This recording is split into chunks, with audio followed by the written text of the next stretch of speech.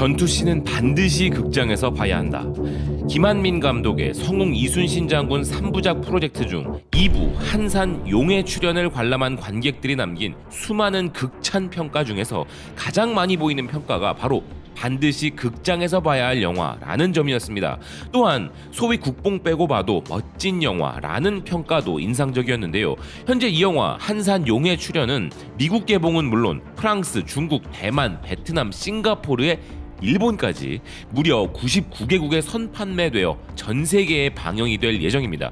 세계적으로도 최고의 지휘관으로 인정받는 성웅 이순신을 조명한 영화이기에 큰 관심을 받고 있으며 이번 한산 용의 출연의 경우 더욱 특별한 관심을 받는 이유는 바로 영화적으로도 매우 훌륭하다는 평가가 쏟아지고 있기 때문인데요. 개봉 전부터 미국의 뉴스위크를 비롯한 다양한 외신 매체들은 한산 용의 출연에 대한 예고편을 공개하며 큰 관심을 표명하고 있는 상황이었습니다. 기사는 한국 영화 역사상 가장 큰 흥행을 한 작품 중 하나로 장대한 액션 영화 명량의 후속작인 이번 작품이 북미 개봉을 앞두고 있으며 1392년부터 1910년까지 500년이 넘는 기간 동안 한반도를 다스린 마지막 왕조 조선의 가장 유명한 장군의 일대기를 그린 3부작 중 2부 앞선 1부 명량의 프리퀄격인 영화라면서 3부가 될 노량 죽음의 바다까지 이어진다는 상세한 소개를 하고 있는데요.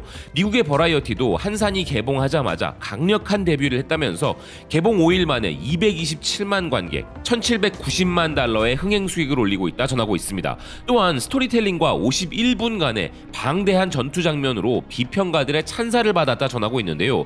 뉴욕타임즈 또한 리뷰 기사를 보도하면서 충실한 한국 전쟁 영화 한산 용의 출연은 일본 침략자들에 대한 16세기 조선 해군의 승리를 이야기하는 영화라 소개하고 있으며 한국의 민족 영웅 이순신의 성공을 이야기하는 김한민 감독의 두 번째 시리즈는 한반도를 정복하려는 일본에 맞서는 이순신 장군의 지혜와 용기를 뽐낸다면서 이번 영화의 메인 이벤트는 1592년 한산도 해전으로 전략과 기술의 위협을 과시한다 전하고 있습니다. 그리고 해외 버전의 영화 예고편을 본 사람들은 난일부인 명량을 보았다. 아름다운 역사 영화였어. 그래서 이 영화가 너무 기대돼. 한국 영화라면 모두 응원해.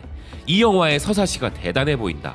난 이 영화가 고대 한국에서 난동을 부리는 실제 용에 관한 거라 생각했어. 내 생각엔 한국이 그런 영화를 한번 만들었으면 해. 스토리텔링과 시각 효과에서 보여주는 한국의 능력을 고려할 때 말이야. 영화 괴물을 생각해봐. 그거에 곱하기 100. 그래서 이 영화에 용이 나와? 아니, 거북이 배가 나온대. 다시 말하지만 한국 드라마와 영화는 환상적이야. 와, 예고편에서 이 장면 멋지다 하는 순간이 적어도 5번이야. 배우가 일본어를 말하는 줄 알았어. 일본어 맞아. 일본이 적이야. 일본이 질투할지 모르니 조심해야겠네. 일본의 마지막 히트작이 고질라였지? 라는 등의 반응을 보였는데요. 1부에 이어 이번 2부까지 최고의 흥행 기록을 세울 것이라는 전망이 나오는 데에는 연출, 제작진들의 노고와 훌륭한 배우들의 명연기 등이 큰 몫을 차지하겠지만 무엇보다 더 큰 부분은 성웅 이순신의 삶 그 자체가 영화와 같은 생애였기 때문이 아닐까 합니다. 영미권 최대 커뮤니티 레딧의 역사 커뮤니티에는 매우 흥미로운 토론이 이루어진 바 있는데요. 그것은 바로 역사상 가장 위대한 지휘관 300명의 순위를 매긴 토론이었습니다.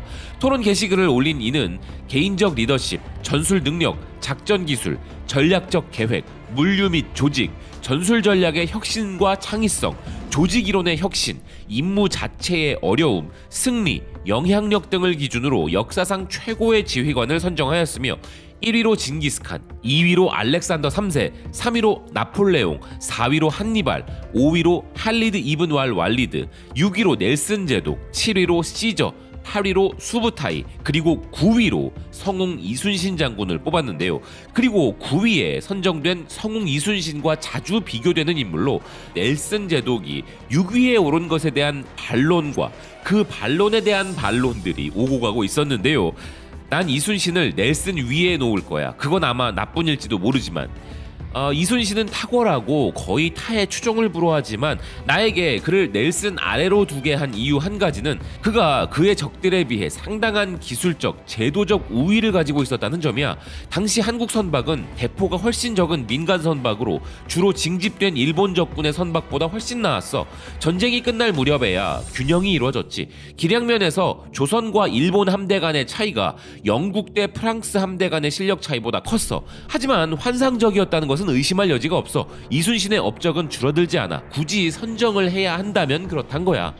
내 기억이 맞다면 이순신은 해군이 거의 해체되었을 때 수적으로 100대 1을 능가하는 전투에서 가까스로 승리했고 단 한 척의 배도 잃지 않았어. 넬슨은 위대한 지휘관이었지만 이순신은 신의 경지였어.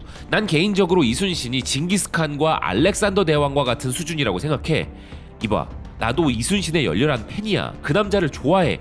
두 지휘관에 대해 모두 읽어왔지만 넬슨 제독이 머릿속에 맴돌았어. 하지만 순위를 바꿀지도 모르지. 이순신이 넬슨보다 위? 가능해.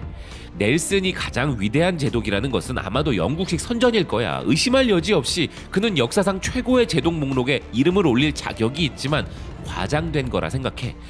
자, 그런데 여기서 두 사람의 토론 중에 다른 사람이 끼어드는데요. 아니, 넬슨이 더 좋은 지휘관이야. 다른 사람이 지적한 이순신 한 척당 100척의 배는 거북선 함대였고 상대는 일본 해군이었어. 그리고 적군이 적의 숫자를 사용할 수 없는 거칠고 좁은 수역이 그들이 선택한 전투지였어. 그 전투에서 질 이유가 없는 모든 이점이 있었어. 명량해전에는 거북선이 없었어. 명량에서 이순신에게는 거북선이 없었지. 하지만 해협의 독특한 흐름을 유리하게 활용하는 것이 천재적이었어. 일본군도 해류를 이용해 승리할 계획이었지만 일본군 제독과 달리 이순신의 계산이 맞았지. 라는 등으로 치열한 토론이 이루어지고 있었습니다. 아마도 인류 역사가 끝날 때까지 이루어질 토론일지도 모르죠. 그리고 미국의 세계사 전문 매거진 히스토리넷의 성웅 이순신에 대한 평가도 매우 흥미로웠는데요. 이 매체는 이순신 제독은 단 한 척의 배도 잃지 않았으며 장갑선을 발명했을 수도 있다면서 한국의 이순신은 해전 역사상 기범한 업적을 남긴 인물이라 평가하고 있습니다. 우리가 익히 잘 아는 성웅 이순신의 어린 시절부터 파란만장했던 그의 생애를 묘사하는 매체는 당시 그가 조선 최초의 승리를 이끈 점과 이후 선조에게 배신당한 점 등의 고충을 묘사하고 자연을 동맹으로 사용하는 지혜와 전투 중 죽음까지 상세히 설명하고 있는데요. 그런데 문제의 넬슨 제독과 관련한 이야기는 여기서도 등장했습니다. 성웅 이순신에 대한 소개의 말미에 매체는 영원한 유산으로 남을 부분에 대해 이순신은 6년 동안 해군을 지휘하면서 23번의 전투에서 승리하여 단 한 척의 함선도 잃지 않고 780척 이상의 일본 선박을 격파했으며 일본의 해상보급을 방해하였고 사무라이 군대를 시들게 만들었으며 이는 한국의 영토를 평정하려는 그들의 시도를 좌절시켰을 뿐만 아니라 일본이 중국을 침략할 수 없게 만들었다면서 적군인 일본의 후손들에게마저 유산을 남겼다고 평가했는데요. 이어 매체는 그가 때맞춰 세상을 떠난 것은 이순신의 전설적인 위상을 깔끔하게 지켜주었는데 그것은 서울 광화문 광장과 부산을 포함한 많은 지역의 동상에 새겨져 오늘날까지 이어지고 있으며 왕조가 그를 부당하게 박해했음에도 불구하고 근면, 자기수양 그리고 변함없는 의무에 대한 그의 명성은 그를 한국의 그 어떤 역사적 인물들보다 본받을 인물로 만들었다는 것입니다. 이런 이순신에게 있어 가장 큰 영광은 그가 그의 적들인 일본의 후손들에게 심어준 존경심일 것이라며 러일 해전에서 놀라운 승리를 거둔 도고 헤이치로 제독을 숭배하는 누군가가 넬슨 제독과 이순신 장군을 그와 비교하자 도고 제독은 자신을 넬슨과 비교해도 좋을지 모르나 한국의 이순신과는 비교할 수 없다고 이야기한 부분도 소개했는데요. 그리고 구독자 267만 명의 해외 유명 세계사 애니메이션 채널인 엑스트라 크레디츠가 2015년에 성웅 이순신에 대한 시리즈물을 올렸는데 대부분의 영상들이 수백만 조회수를 기록 중인 것은 물론 지금 이 순간까지도 이순신에 대한 존경심 가득한 댓글들이 달리고 있는 것도 놀라운 부분입니다. 이 시리즈를 감상한 사람들은 이 남자의 강인한 의지가 인상적이다. 다른 사람들은 모두 항복했을 거야. 내가 가장 좋아하는 제독이야. 난 그가 방해를 받을 때마다 다시 일어선 모습을 좋아한다. 그것은 단지 자신을 지키기 위해서가 아니었어. 이순신 장군은 의심할 여지 없이 역사상 가장 위대한 인물 중 한 명이야. 알렉산더 대왕과 같은 사람이 세계 정복자들의 본보기인 반면 이순신 같은 사람은 부패하지 않은 사람의 본보기가 된다. 당시 조선은 너무 무능하고 부패해서 멸망할 만했지만 국가를 괴롭히는 제도적 부패에 굴복하기를 거부한 위대한 한 사람의 행동으로 완전히 구원받았다. 당시 조선은 이순신을 가질 자격이 없었다. 하지만 그런 사람들을 받을 자격이 있는 나라는 없다. 그러나 그들은 존재한다. 난 이 비디오 시리즈가 나오기 전까지 이순신 장군에 대해 들어본 적이 없어. 이제 그는 내가 가장 좋아하는 역사적 인물 중 한 명이야. 그의 인상적인 군 경력뿐 아니라 그의 기념비적인 성품 때문이기도 해. 난 한국 역사에 대한 맥락적 지식이 거의 없지만 이건 단연코 내가 가장 좋아하는 역사 시리즈 중 하나가 될 거야. 환상적인 이야기, 믿을 수 없는 군인이야. 역사상 가장 위대한 해군 사령관 이라는 등의 반응을 남겼는데요. 우리가 이순신 장군을 단순히 해군 사령관이 아니라 성웅, 말 그대로 많은 사람들이 존경하는 영웅이라 칭하는 데에는 그의 위대한 업적만큼이나 그가 보여준 의지, 결의, 그리고 성품이 큰 몫을 차지합니다. 그러므로 본받기에 단 하나의 부족함도 없는 위인으로 자리하고 있는 것이죠.